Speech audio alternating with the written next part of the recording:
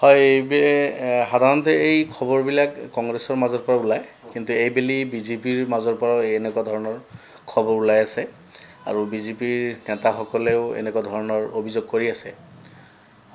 তো ইয়াৰ অৰ্থ এইটো হ'ল যে বিজেপিতো এইবেলি বহুত চিপৰাং ৰাজনীতি হৈছে যেন লাগিছে।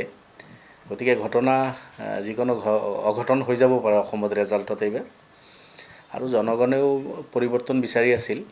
এতিয়া যদি বিজেপিৰে একাংশ মানুহে ঠিক পৰিৱৰ্তনৰ লগত চাপ দিছে, তেতিয়াহ'লেতো 4 তাৰিখে অঘটন হৈ যোৱাৰ সম্ভাৱনা আছে। হয়, ৰঞ্জিত দাস ডাঙৰীয়াৰ কথাটো এইটো বুজা গৈ আছে যে তেখেতৰ প্ৰতিদ্বন্দ্বী আছিল CPIMৰ কেণ্ডিডেট মনোৰঞ্জন তালুকদাৰ। প্ৰতিদ্বন্দ্বীৰ লগতো যুঁজিছে, কিন্তু এতিয়া ভিতৰৰ বিজেপিৰো কিছুমানে হয়তো তেখেতক লগ দিয়া নাই, তেখেতৰ বিৰোধিতা কৰিছে। ওপৰত হয়তো লগত আছিল, ভিতৰেদি লগত নাই, সেই কথাটোৱে তেখেতে স্পষ্টকৈ ইংগিত দিছে। আৰু বিজেপিৰ আৰু কেইবাজন প্ৰাৰ্থীয়ে কথা বতৰাবিলাক কৈ আছে। দিগন্ত কলিতাই কৈছে, যদি বিজেপিত এনেকুৱা ধৰণৰ ঘটনা হৈছে তেতিয়াহ'লে কিন্তু খেলটো অন্য ধৰণৰ হোৱাৰো সম্ভাৱনা আছে। নিশ্চিতভাৱে এতিয়া যদি বিজেপি এনেইতো সৰ্বসাধাৰণ ৰাইজে এটা পৰিৱৰ্তন বিচাৰি আছিল। হেমন্ত বিশ্ব ডাঙৰীয়া সাম্প্ৰদায়িক ৰাজনীতি, তেখেতে অসমৰ বাতাবৰণ যিটো কলুষিত কৰিছে, অসমৰ সচেতন মানুহখিনি আৰু আপোনাৰ অসমৰ যিখিনি মানুহ সাম্প্ৰদায়িকতা পচন্দ নকৰে, সেই মানুহখিনিয়ে পৰিৱৰ্তন বিচাৰি আছিল। তাৰ লগত যদি বিজেপিৰ একাংশই যদি বিজেপিৰ বিৰুদ্ধে তেনেকুৱা ধৰণৰ কাম কৰিছে, এইটো ভাল কথা। এইটো মই ভাবোঁ হ'ব, পৰিৱৰ্তনৰ যিটো হাৱা এইটো আৰু ভালদৰে বলিব। চাওক, পৰিৱৰ্তন ভোট পাৰ্চেণ্টেজ বৃদ্ধি বা কম লৈ এইটো সময়ে সময়ে নানান ধৰণৰ ঘটনা ঘটিছে। কেতিয়াবা ভোট পাৰ্চেণ্টেজ বৃদ্ধি হ'লে চৰকাৰৰ বিপক্ষে যায়, কেতিয়াবা সপক্ষে যায়। সেইটো লৈতো আপুনি এটা সিদ্ধান্তত আহিব নোৱাৰে। কিন্তু এই কথাটো ঠিক, অসমৰ জনগণ অতিষ্ঠ হৈছিল বিজেপিৰ বিৰুদ্ধে। এটা ভিতৰি আণ্ডাৰ কাৰেণ্ট এটা বিজেপিৰ বিৰুদ্ধে বতাহ বলিছে। গতিকে ইফালে ভোট পাৰ্চেণ্টেজো বাঢ়িছে। হয়, SR হৈছে আমাৰ অসমত, অন্য ৰাজ্যত SIR হৈছে। ইয়াৰ কাৰণে যিখিনি মৃত ভোট সেইখিনি ওলাই গৈছে। মৃত ব্যক্তিসকলৰ নাম যেতিয়া ভোটাৰ লিষ্টৰ পৰা কৰ্তন হ'ব, তেতিয়া 5 to 7%, বহু বছৰ যিহেতু কৰ্তন হোৱা নাছিল, আল্টিমেটলি গৈ সেইখিনি যদি ভোটাৰ লিষ্টত থাকিলেহেঁতেন, এনেই 10% বা 7% ভোট এটা কম হ'লহেঁতেন।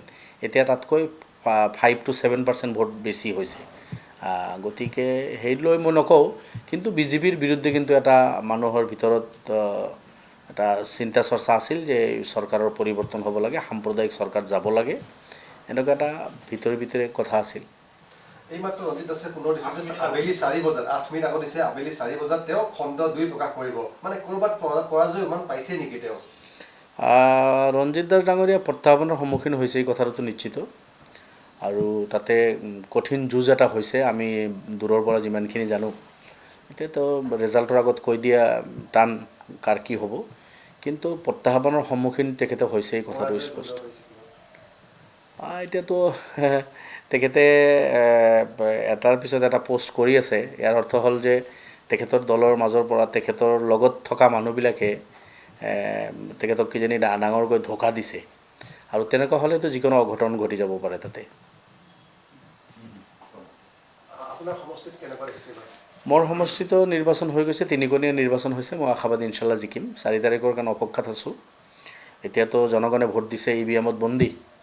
এই মুহূৰ্তত কৈ দিয়া টান, তথাপিও জনগণৰ যিখিনি সঁহাৰি পাইছোঁ, জনগণৰ যিখিনি সহযোগিতা পাইছোঁ, 3কোণীয়া নিৰ্বাচনৰ পিছত মই আশ্বস্ত যে খুব বেছি ভোটৰ ব্যৱধান নহ'লেও ইনশাল্লাহ জিকি যাম।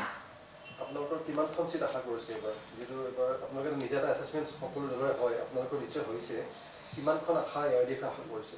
আমিতো ইতিমধ্যে যিখিনি নিৰ্বাচন পৰ্যালোচনা যিখিনি আমাৰ হৈছে, তাতোতো এনেকুৱা হৈছে যে 12ৰ পৰা 15খন আসনৰ এটা সম্ভাৱনা আছে। UDF দলে পোৱাৰ সম্ভাৱনা আছে।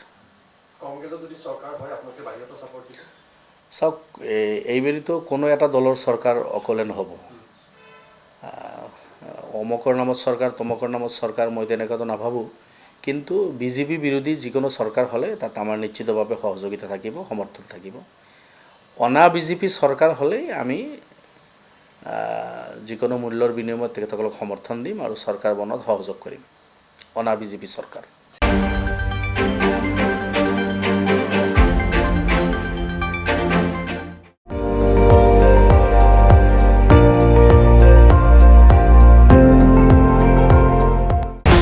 আপুনি চাই আছে ND24 সৰ্বশ্ৰেষ্ঠ নহয় সৰ্বোত্তমৰ দৌৰত।